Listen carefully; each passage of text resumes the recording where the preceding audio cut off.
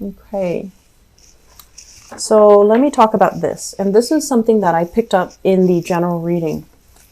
Many of you are in a situation here. It's not entirely healthy. This is not a healthy relationship, okay? Where there's a lot of fears of the unknown. If I leave this relationship, what's going to happen to me financially, romantically, and even just personally, spiritually, emotionally? And so I feel like this is keeping yourself stuck in a very uncomfortable situation because you fear the unknown. You don't want to start over. You don't want to, create a new path for yourself here with the death card in the reverse. And you might be dealing with a partner who might not be completely 100% honest with you. The Ace of Swords in the reverse usually indicates some type of a hidden truth. The truth not being spoken out loud, or you might deal with someone who's very, very, very evasive. Okay, they're evasive when they talk. They're not giving you the whole story. They might omit things. They might lie by omission. But I feel like there's something off with their story. So when they're telling you, I'm out with the guys or I'm out with the girls, you don't really buy it. And then when they're telling you, yeah, I was, away for 4 days straight on a business trip, or I had to work overtime, 2 weekends in a row. And I feel like, those alarms in your head are going off and you're just like, wait a minute, that doesn't sound right.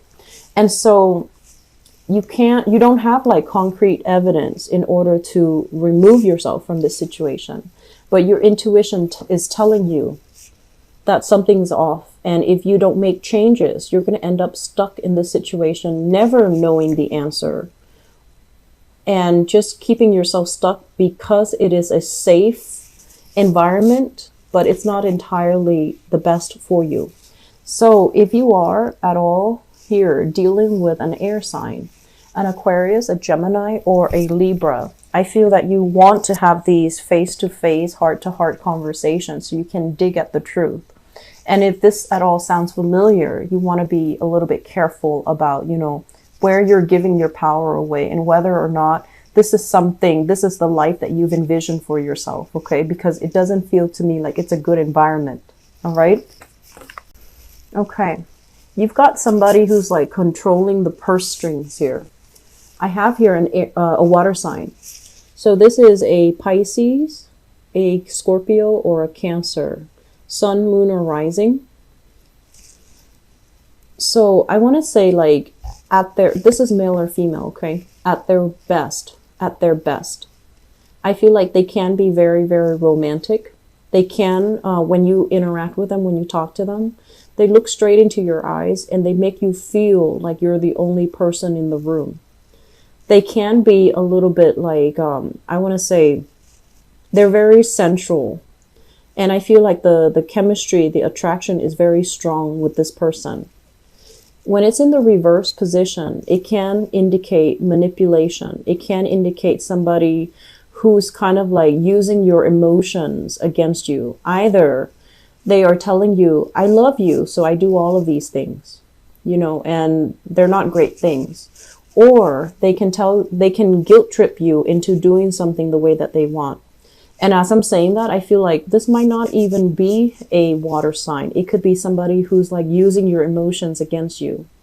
If they could even tell you like, if you leave me, where are you going to go? And it triggers your fears because they're using your fears against you. Or they can say like, we've been together for so long. If you leave me, what am I going to do? Well, that's manipulation. Okay. And what they're going to do, if you already decided to leave them, what they're going to do, that's not up for debate anymore. That is irrelevant. So I feel like somebody is kind of like using your feelings against you. And it's not entirely healthy. Okay. I do see there's a lot of jealousy coming up with you and this person. So it could be a water sign, or it could be somebody who's just, manipulating your emotions. I feel like they moved out into the world and they are being met with a lot of struggles financially. They're being met with a lot of struggles professionally. They're not able to create a good, stable foundation for themselves. And I do feel that when you were with them, they kind of drag you down with them. Okay, they might have isolated you from your friends. They might have made you question your reality. And I honestly feel like there might have been some emotional abuse, either with this person or in the relationship between you and this person. Some type of, I feel like it's not healthy. The moon in the reverse deals with depression. It deals with isolation. It deals with this person who might be very, either like emotionally, like very up and down. It could be like bipolar, where they're really happy and elated one minute and they're down in the dumps the next, or they have trouble regulating their emotions, or the relationship itself. It was a major source of depression for you because you felt very alone and isolated.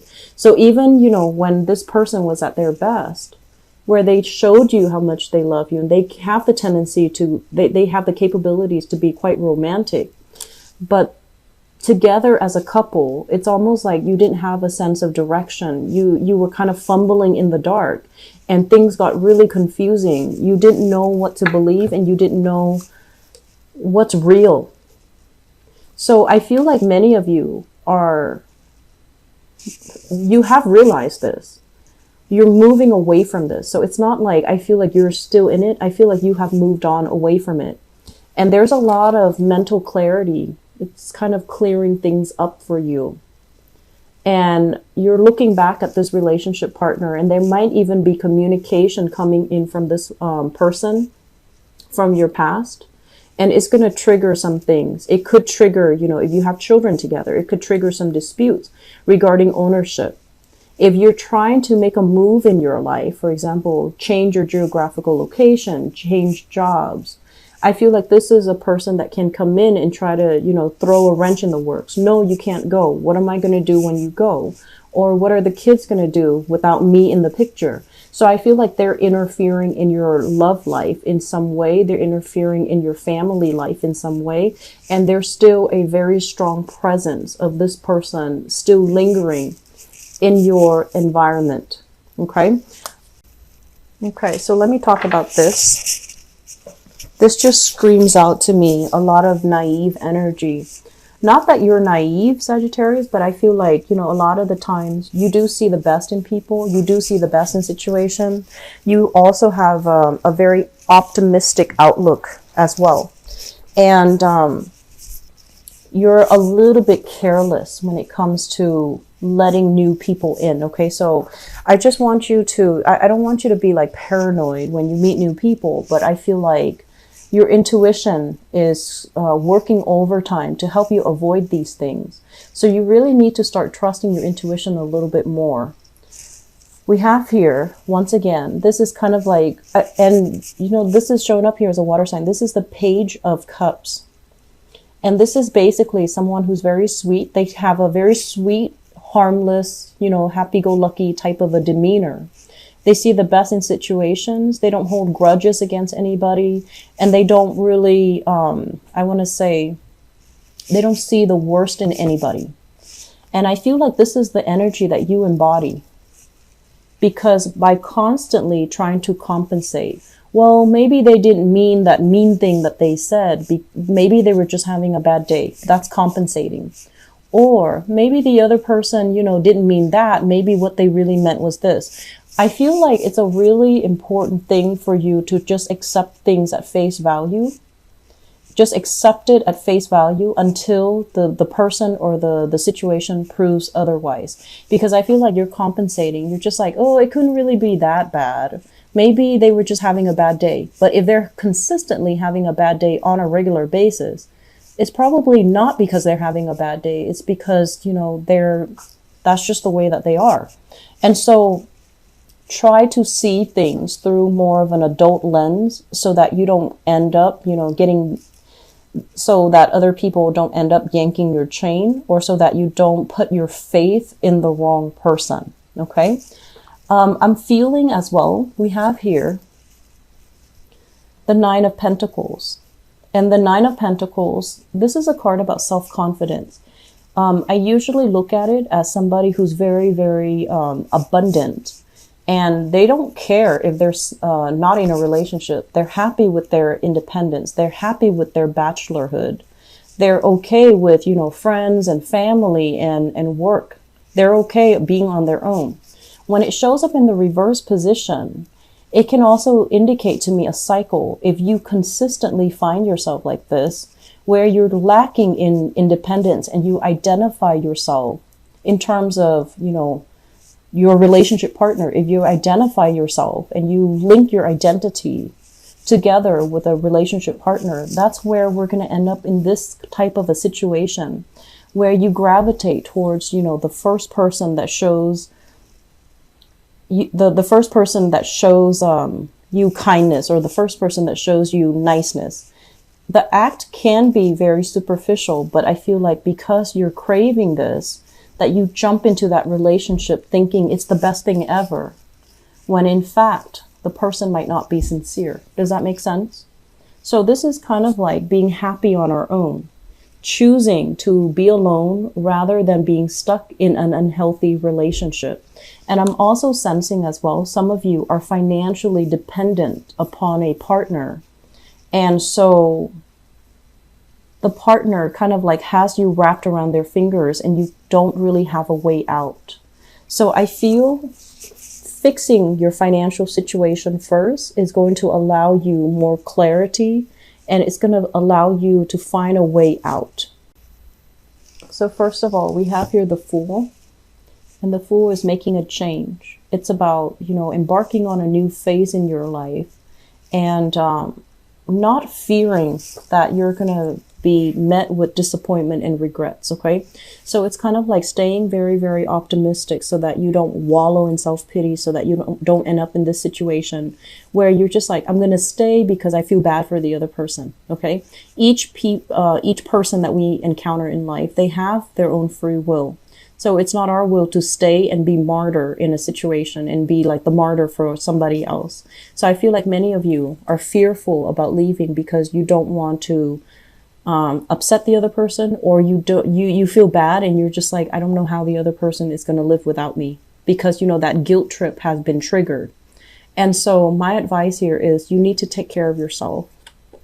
You need to really figure out where you're headed, and you really need to make decisions a little bit more deliberately. Okay. We have as well the Hermit, and this is your spirit guides trying to reach out to you. They're trying to show you the right way. They're trying to offer divine protection, and they're trying to tell you, no matter how bad things are right now, you need to implement something new.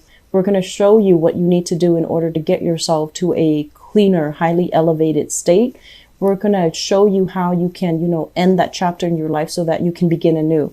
So I feel like you are turning your back here on higher intuition. And I feel like a lot of it is just fear of the unknown. And a lot of it too stems from the fact that some of you are at a point where, you know, it's the energy has shifted, where this bad situation has become kind of like your new normal.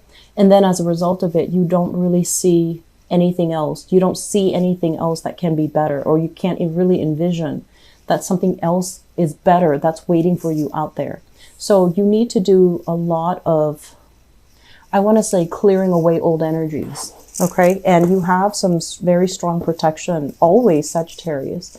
You are always divinely guided because you rule that 9th house, and tapping into your intuition and listening to your higher voice. I feel like that is something that is necessary for this month. Okay. So don't end up in this state where you grieve over the past, or you're dealing with other people and their perception of disappointment.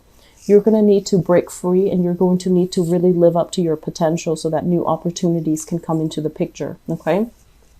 For singles, I feel like dating, not too great this month. Okay. I feel like the energy for dating overall, you're meeting people, but it seems to me like there are some emotional hangups in your life where you're not ready to really go out and get intimate with a new person just yet. You might be dealing with some grief still. Grief of last, broken relationship or grief of somebody that might have left the picture in the past, and you're not ready just yet. And that's fine. And I feel like you're not going out there trying to fake it. And I also feel like for those in stable relationships right now, this is not going to apply to you. I do feel some people are trying to leave, but financially, it's not a practical choice. And so you're hanging on, biding your time. And I feel like you can put up with a lot.